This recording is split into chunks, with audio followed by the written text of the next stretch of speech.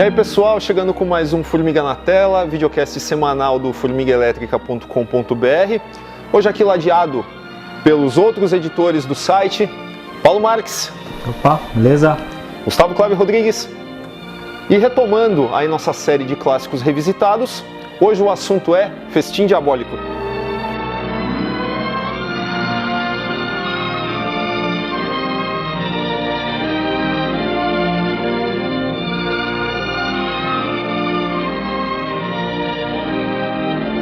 Não tem problema dar spoiler, né? Todo mundo já assistiu e tal. O que vale são nossas observações aqui sobre esse filme, que é indiscutivelmente um clássico. Ele é o primeiro filme em cores do Hitchcock. Certo. E a partir dele já usa a cor de uma maneira muito esperta, né? Magistral. Baseado na peça do Patrick Hamilton, a ideia do filme, por conta aí do seu famoso plano sequência, né, que perdura o filme inteiro, que na verdade, né, todo mundo sabe que é um plano sequência disfarçado. Porém tem corte, né? Sim. Bom, o plano sequência, o filme todo ele é em plano sequência, tem aquelas disfarçadas, né, que ele vai nas costas do personagem, corta. Inclusive ele usa isso para mudar a pintura do fundo, né? Que o filme ele é engraçado. O filme ele tem menos de 2 horas. 1h20, nossa, né? 1h20, menos de 1h30, inclusive. Só que assim, é um plano sequência, ou seja, a gente está vendo as coisas no tempo real delas, só que o filme passa de dia para noite, né? E você vê aí uma genialidade do Hitchcock. Ele mostrou o plano sequência para mostrar uma ideia de tempo real. Entretanto, ele utiliza a passagem do dia para a noite para aumentar a tensão. Sim. Né? Então, ele usa essa coisa inverossímil que a gente não percebe e a gente fica tenso, a gente percebe só no momento que a gente vai analisar. E outra coisa para aumentar a tensão, a gente falou, né, o filme é em plano sequência, tirando alguns cortes que são disfarçados nas costas de alguns personagens, mas ele tem 2 cortes quando vai para o personagem do Rupert, interpretado pelo James Stewart, que é justamente quando acontece alguma coisa que ele dá uma desconfiada. Like Lazarus, he rose. That's a lie, Philip. There's no word of truth in the whole story. I never strangled a chicken in my life. Now, look here, Philip. I never strangled a chicken, and you know it. Forgive me. Então, o filme sendo em plano sequência, e quando tem esse corte seco, a gente como espectador dá uma coisa que ele sabe fazer muito bem, que ele já fez no Vértigo. Quando tem alguma revelação para acontecer, ele usa um trailer. Ele já fez não, ele fez depois. Perdão, ele fez depois. Aliás, inaugurou aí não digo uma parceria, né, mas alguns trabalhos em sequência que o James Stewart fez com o Hitchcock, né? Na verdade, existe a lenda aí que o James Stewart não gostou desse filme, né? Do Festim Diabólico, né? Porque ele entra depois de 20 minutos, sei lá, sim, estrelinha, né? Depois teria o Janela Indiscreta, O Homem que Sabia Demais e O Corpo que Cai, né? Cada um assim a cada 2 anos, né? Então ao todo foram 4 filmes que eles fizeram juntos. Essa ideia aí dos 2 rapazes, 2 amigos, ou melhor, né? Eles têm aí uma relação homossexual muito sutilmente insinuada no filme, apesar do personagem do Brandon, né? Que é interpretado pelo John Dahl, comentar com a menina que vai na festa que eles já tiveram um namoro, né? Em cima de uma ideia de uma pretensa superioridade de certas pessoas, eles resolvem assassinar um colega deles, né? Baseado, ou melhor, a peça do Patrick Hamilton ela é baseada num caso real, que é do Leopold Loeb, que em 1924 os dois, inspirados pelos escritos do Nietzsche, a ideia do super-homem, eles assassinaram um primo de 2º grau de um deles, né, de 14 anos. E aí inspirou a peça e posteriormente acabou saindo o filme, né, baseado na peça. O bacana é que o próprio filme, o próprio roteiro, ele cita, né, esse lance, essa discussão sobre os escritos do Nietzsche inspirarem alguém a praticar um crime, né? Ou seja, o que o nazismo fez posteriormente, né, pela filosofia aí do bigodudo, né, de deturpar a ideia do cara, já estava sendo feito na década de 20, né? Um super-homem é por conta de determinadas qualidades superiores inerentes a ele, isento das leis ordinárias que regulam os homens. Ele não é imputável por qualquer coisa que possa vir a fazê-lo.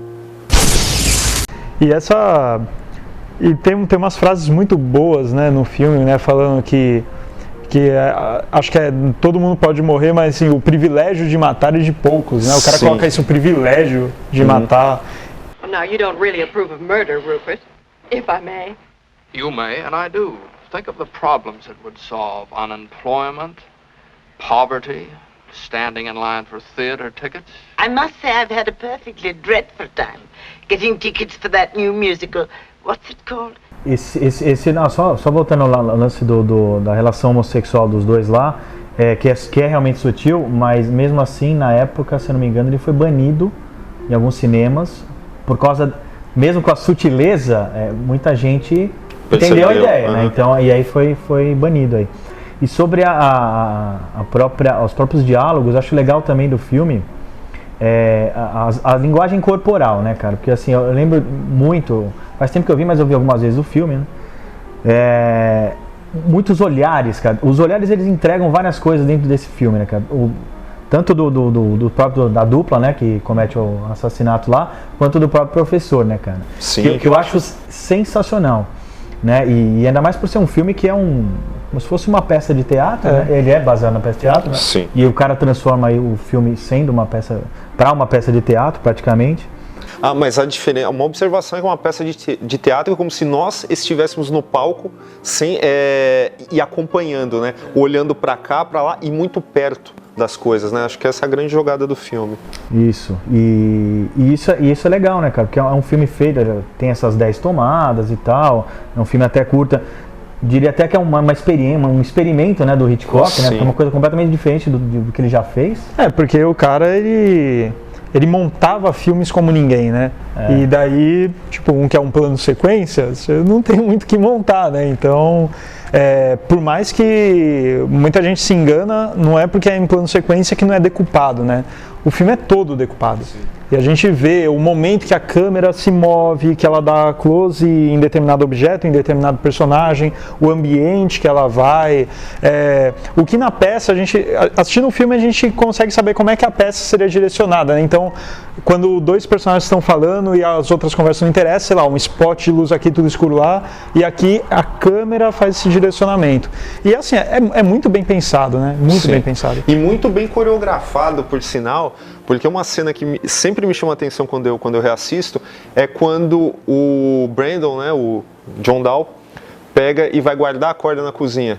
Que a câmera o segue, ele abre a porta da cozinha, que é aquela porta de mola, a porta faz assim, você vê ele fazendo assim com a corda, a porta volta, você vê ele jogando na gaveta e fechando. E aí é a hora que ele sai. Nossa, isso é fantástico. Imagina o cara perder isso, sei lá, se as tomadas têm 10 minutos, imagina o cara perder isso em, sei lá, em 9,5. Né? Exatamente.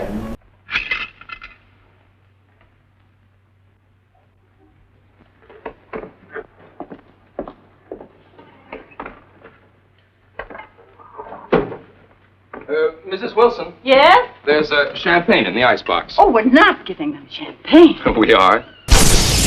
A ideia, né, a concepção do filme, esse experimento dele é genial. Talvez o filme que eu mais goste do Hitchcock, se não for o que eu mais gosto, o segundo, sei lá.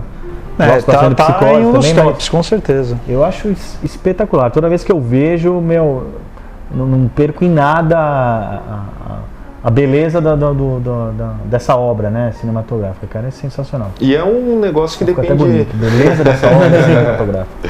É um negócio que depende demais também da qualidade dos atores, né? Muito. O Cadell, que é o James Stewart, teria sido Cary Grant, né? Por algum motivo acabou não fazendo e tal. E o Brandon, que também é um personagem assim que rivaliza em importância, claro, não digo pelo peso dele na trama enquanto você lendo o roteiro, mas eu digo o peso do cara quando você vê o ator interpretando aquele texto. O cara é absolutamente... Bem dominante lá, né? Isso, só pra lembrar isso. Que por sinal, o jogo de cores também é fantástico, né? Então vamos falar dessa forma. O Brandon, que é o que domina, né? Mais ou menos o mentor desse plano, e vamos colocar assim, de uma forma é o ativo, né, do casal, se é que aqueles dois são um casal, ele tá com terno azul escuro, né? Exato. Que é o segurança, né? mais frieza. Tá? Exatamente. E o outro, ele tá com uma cor mais conservadora, o marrom é mais orgânico e passa até uma maior humanidade, né? É sempre o cara preocupado, tal. E o Cadel tá de cinza, né? E o Cadel tá de cinza, analítico, né? A neutralidade, né? A gente não sabe se o cara vai aprovar ou não. E outra coisa, durante o filme, pelo diálogo, a gente vê que a ideia surgiu a partir de aulas com o Rupert, né? O personagem James Stewart. E o personagem do James Stewart está de cinza, tal, então um cara analítico, tal. O Brandon tá de azul escuro, né? O cara frio, tal, que planejou tudo. Só que a gente pega, ele planejou a partir de conversas com o Rupert. E o Rupert tá com uma gravata azul, azul escuro, da tonalidade do terno do Brandon. Então, o Rupert, ele é o Brandon, só que com uma moral. Né? Ele é uma incógnita, na verdade. Ele tem aquilo, mas você não sabe para qual lado ele vai. A moralidade é a única coisa que freia ele, porque ele poderia facilmente fazer as mesmas coisas que o Brandon, né? Só que talvez algum jogo moral aí acaba impedindo ele. Mas, voltando aí na questão das atuações, né? Que o Paulo tinha falado que tem muito lance do olhar, né? O John Dahl como Brandon, ele tá absolutamente fantástico. Assim, ele passa aquele ar de superioridade assim, incrível, cara, também. O Farley Granger como Philip também, que depois ele vai fazer o Pacto Sinistro 3 anos depois, também é um puta ator também. A princípio, pode até parecer que é muito teatral, né, a atuação dele, assim, você até fala, nossa, meio exagerado, né, ele faz os olhares e tal, mas quando vai passando o filme, você vê que encaixa, né, se fosse em outro filme, assim, não sei se encaixaria tanto, mas é engraçado que, por mais que seja caricato, é um caricato que combina ali. Quer dizer, todos os personagens ali são meio caricatos, né? Mas ajuda. Aliás, eu falei que o Cary Grant teria sido o Rupert, né? O Montgomery Clift era para ser o Brandon. O Brandon. Então, seriam escolhas interessantes. Né? Até então, o John Dahl, cara, ele também não era nem... Não era nada também, né? Nesse filme, talvez, não sei. Eu não lembro, nem sei se ele... Os atores, normalmente o elenco dos filmes do Hitchcock nunca foi assim... muito destacado, né? Tanto que é famosa a relação dele com o seu elenco, né? Ele tratava os caras como... Geralmente o personagem principal, né, cara? Que ele usava como uma pessoa mais famosa, né? Tanto as mulheres quanto os caras também, né? Os homens, né? Brandon, it's Rupert. What? He wants to come up. He says he left a cigarette case here. He wants to come up. Well, let him come. But you know he's lying. He's caught on. He didn't leave any... Shut up and get back to that phone. I won't. Get back to that phone. Brandon, I can't. You've got to. No, he knows. Shut up. Eu gosto muito dos filmes do Hitchcock e aquela busca dele do assassinato perfeito, né, cara? Só que nesse filme é diferente porque ele de início você já sabe quem que matou, né? Então você vai atrás da trama até para ver onde que isso vai dar, né? Se bem que essa é a grande jogada, não só desse filme, mas uma coisa que passa por toda a obra do Hitchcock, né? Se você, sei lá, dá um susto na galera, esse susto ele vai durar o quê? 5 segundos, né? A tensão. Se você sabe, você tem uma cumplicidade, você fica esperando que alguma coisa aconteça a partir daquela premissa. Então você fica o filme todo tenso, né? Essa é a grande jogada, né? E outra coisa inteligente que é assim, pensando na linguagem cinematográfica, né? A gente fala muito aqui de adaptação, né? Coisas que funcionam no livro que não funcionaria no filme, mas se o diretor faz uma coisa diferente, rola. Então, assim, a gente tem dois pontos fortes de tensão ao longo do filme, que é, primeiro, a direção de câmera. Então, quando alguém se aproxima do baú, daí a câmera vai lá, dá aquele close. E outro que é o diálogo. Às vezes o Brandon, né? O Brandon dá aquela provocada, né? Então... não sei o que é assassinato. Pô, e se a gente assassinasse alguém? E daí o Felipe, que é isso, cara? Fica quieto. Então, a gente tem esses dois pontos de tensão. Coisa que no teatro já não funcionaria desse jeito. Sim. No teatro, provavelmente, seria só o diálogo, porque você não tem... plano de detalhe. Exato, você não tem um plano de detalhe para dar o close no baú, né? Então, o Hitchcock, ele faz essa tensão de dois modos. A aproximação dos personagens do baú e a câmera, e também o lance do diálogo. Então... o cara um evento real serviu como base de uma peça que serviu como base de um filme. Olha quanta coisa poderia se perder. Sim. Mas um cara pensador como Hitchcock, o cara enriquece com a linguagem, né? Ele deu eu não vi a peça, obviamente, mas assim, o cara deu um outro nível, né, cara? Você realmente você começa a perceber vários detalhes assim que você não perceberia vendo uma peça de teatro. Exato. E é incrível, cara. Esse filme aí é uma aula, né? E voltando ao lance das cores, né? A gente falou, né? Então o filme vai 1h20 e de fato o tempo que passa com os personagens é 1h20, né? Só que daí tá dia e depois vai pra noite, né? Então vai mudando o cenário pintado, que eu acho incrível, eu acho uma estética muito legal. Aqui, aliás, palmas para quem fez a fotografia, né? Porque ele tem que ficar trocando, fazer uma passagem gradual de luz ali. Exato. E não é só claro, vai escurecendo aos poucos, não, tem pontos do céu mais escuros e tal. E daí quando chega no final, onde tem a discussão da tríade, né? O Rupert, o Philip e o Brandon, a gente tem aquela luz de um local externo, né? Que fica piscando verde e vermelho.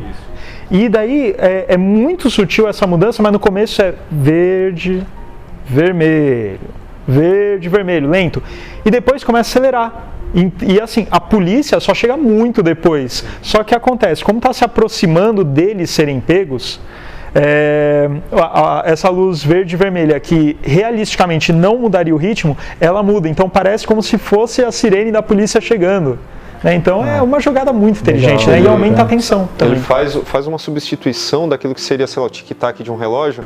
Ele faz só no visual. Exato. O que faz todo sentido, porque a gente está falando de um meio essencialmente visual, né? E colorido, o primeiro filme dele. Isso. E sendo que o Hitchcock, ele vem do cinema mudo também, né? Então...